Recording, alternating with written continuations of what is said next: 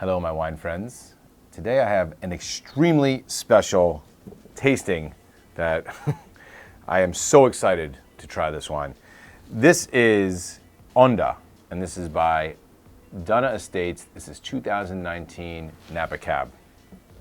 So Dalla Estates, if you don't know, is one of the, I don't know if they're even up and coming anymore. They're just one of the best producers of just pure, beautiful, focused Cabernet in the region. These are big wines. This needed a really good old-fashioned decant as a young wine.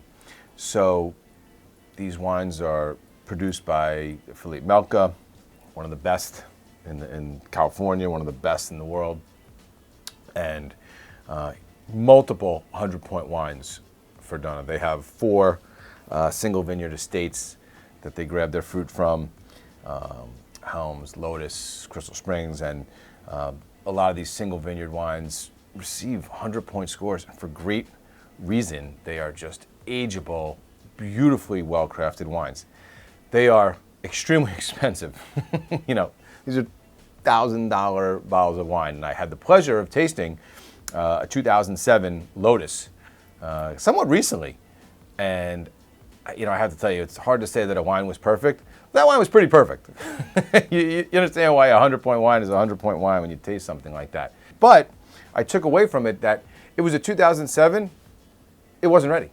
You know, this was a recent tasting within the last year or two. This was a wine that still needed another, 10 years, which is great when you're selling wines, but sometimes that's not ideal for everyone looking to enjoy a wine of that quality, without having to have that kind of patience or budget, quite frankly. So Onda is a blend of the 4 different sub vineyards that they have, and oh my God, it's like it smells similar to that.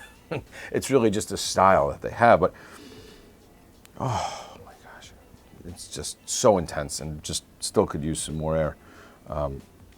But this has screaming, raging black fruits jumping out of the nose, just black currants and cassis, and there is a little dollop of Petit Verdot, which can give it that blueberry and that little, aromatic, little floral note to it.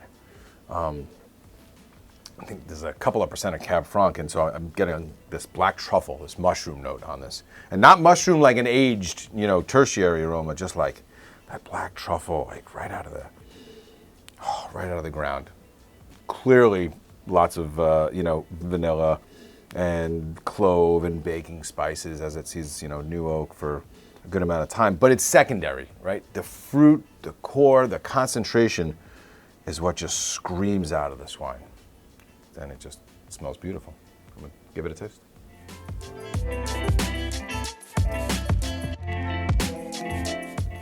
It's just unbelievably expressive, unbelievably rich, and it's opulent without being powerful, right? This is not a bang you over the head Napa Cab, although don't get me wrong, it's a big boy. But there's a soft, plush nature to the palate where the tannins are silky, right? They're not like super gritty and firm and chewy and need all this time to evolve and develop, although they will. But that black fruit comes out, and then it layers over with that vanilla baking spice note. Those truffles are still there. The floral notes are still there. It's just such a polished, well put together wine that is drinking now. And that's really the point, is that this wine feels like it's drinking almost in its youth, where you'd like to have these wines that, if you enjoy big fruit, you enjoy, a little bit of alcohol. Let's be honest, this is a little bit over 14, but there's so much concentration, and the tannins are so well integrated into the wine that you don't feel it, And yeah, it's an expensive wine, but when you think where it comes from and what these other, 100-point wines are in the Dalla arsenal, this is a great way to experience what Melka's doing with Dalla at a bit of a more approachable price. Accolades on this wine are off the chart for great reason.